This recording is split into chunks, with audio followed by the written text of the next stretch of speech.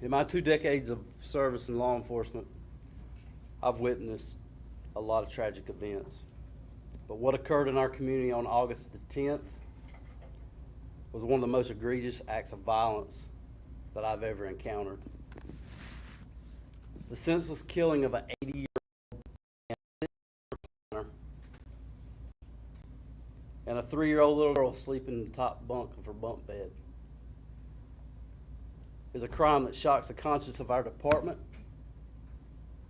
and it should be just as shocking to every member of the community. More than 30 shots were fired into that home.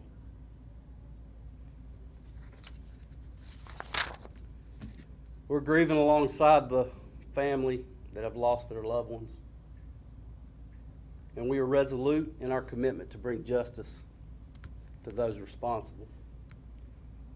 Salisbury Police Department is using every state, local, and federal agency available resource to them to bring those responsible for this act to justice.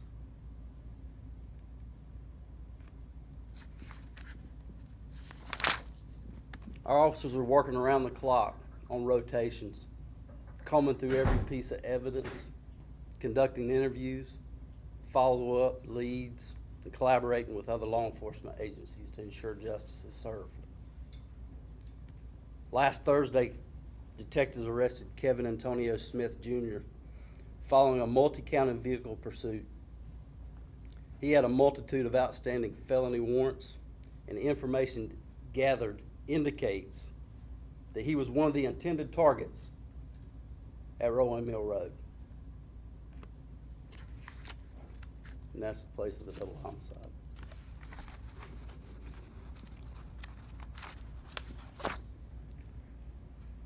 Let me be crystal clear. We're not going to rest, and we're committed to find those that are responsible for this heinous act, and we won't rest until they're held accountable. We can't do it alone. We need the help from our community. Someone out there saw something, knows something, heard something, or they have information that could be key to solving this case. We're asking for assistance. Please, if you have any information, no matter how small it may seem, come forward. Your cooperation could be the difference between closure to the families and ensuring the safety of our community. It's nothing short of tragic that an 80-year-old man has been senselessly murdered in such a brutal fashion.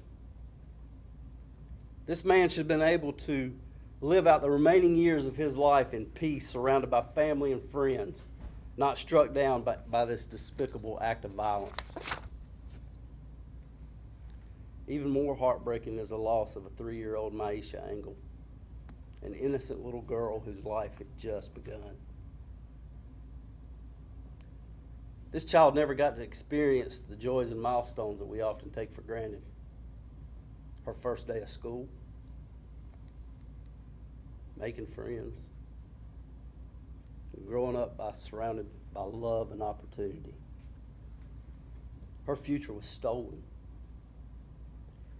And that's something that should fill everyone with outrage and sorrow.